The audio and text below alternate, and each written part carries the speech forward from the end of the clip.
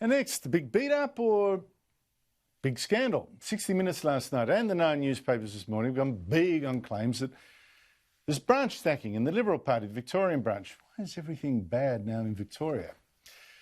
They claim that Liberal operatives, like the then Deputy President of the Victorian Liberals, Marcus Bastian, in the middle of this picture with his wife, aggressively recruited new members, some of their membership dues then allegedly paid for by people like the man on the right, all to increase the influence of the party's hard right.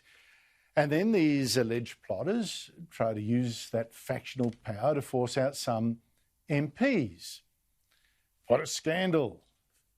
Except, of course, none of it seemed to work. Bastian got nowhere and he quit. The MPs they wanted to force out stayed on the whole, and the bloke on Bastian's right, who had actually paid membership money, he failed to become a candidate himself. So it may have been already less than meets the eye, even when it got to the big accusation, the one that the going the rounds in Canberra. Bastian had got 2 Liberal MPs, frontbencher Michael Kroger and former Minister Kevin Andrews, to employ some of Bastian's activists as electorate officers paid for by taxpayers when they're in fact doing party work instead. And when someone rang to complain that this was dodgy, Bastian, being secretly recorded by someone causing trouble, blew them off.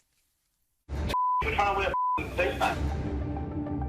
It seems in Bastian's political playbook, rules are meant to be broken. The reality is, it's the hardest business now to get a job while you're a candidate. It's impossible. You can't work as a campaign. You have to provide some sort of colour. 2 or 3 others are on 1 or 2 days a week. That's a political, that's a reality. You can't change it. That's politics. Well, if those 2 MPs did employ party activists paid for by taxpayers to actually do party work, that is not good. And I speak as someone who used to do that for the Labor Party when I was working for Labor. On the taxpayers' dime, I do apologise. I've since been paying a hell of a lot back in taxes, so I'm okay. There's now a Liberal Party inquiry into all this, except again, the 2 Liberal MPs, Michael Kroger and Kevin Andrews, they both denied that they actually did this.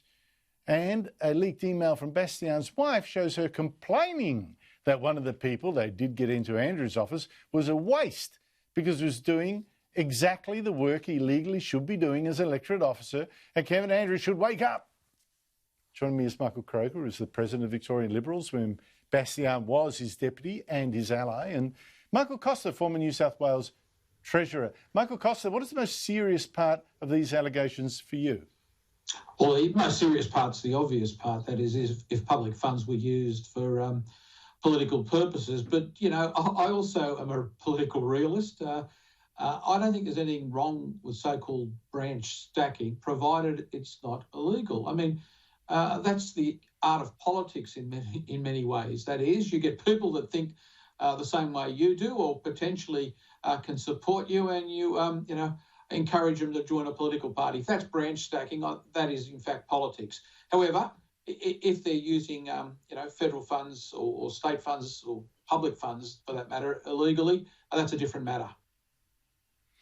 Michael Kroger, Bastian was your deputy. He did sign up a lot of members. I thought that's what everyone should be doing. But he did pick on Mormons and Indians and Sri Lankans particularly. I don't know if his supporters or him or whatever paid for these membership rules. That's membership dues, which is against the rules. Did that happen, do you know? I don't know, but it shouldn't happen. It's against the rules to pay for people's memberships. But the Victorian State Director is looking into these matters as we speak.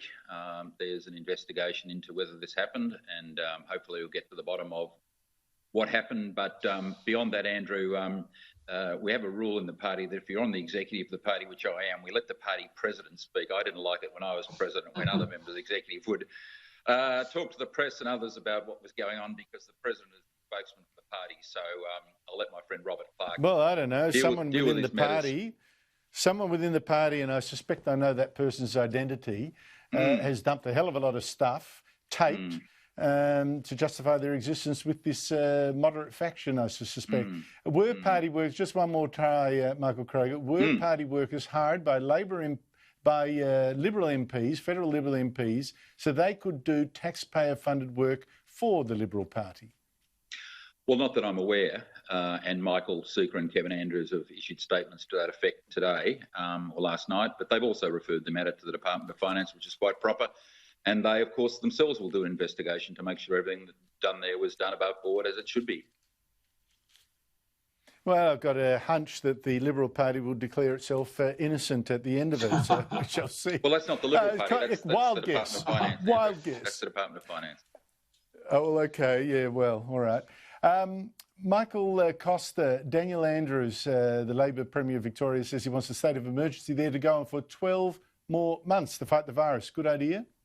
I think it's extraordinary. And I look, as somebody from New South Wales and from the rest of the country for that matter, what's going on in Victoria is just unbelievable. I just cannot understand how anybody can propose what's being proposed without any explicit strategy. What is the purpose of the state of emergency? What are the targets? What are the critical points they want to reach? What are the goals? None of this has been explained all the way through all of this. And now we have this extraordinary measure of extending something out for 12 to 18 months based on, evidence that I can't see. And hopefully the people in Victoria are in a better position to ask the question.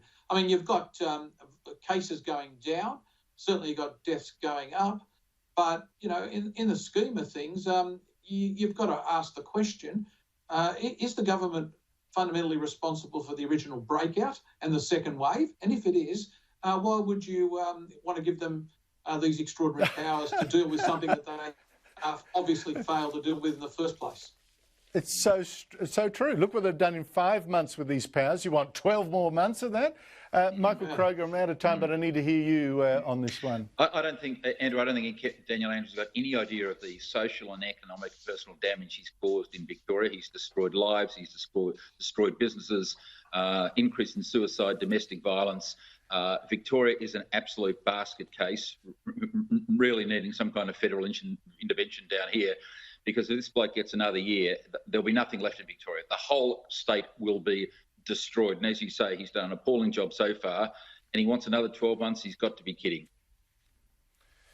Well, I hope he's kidding. I hope people in the party who claim to be there because they believe in human rights, freedom, democracy, stand up to this guy, because he's dirting every single one of the names of the ministers and the MPs that are going along, just nodding, yes, boss, yes, boss.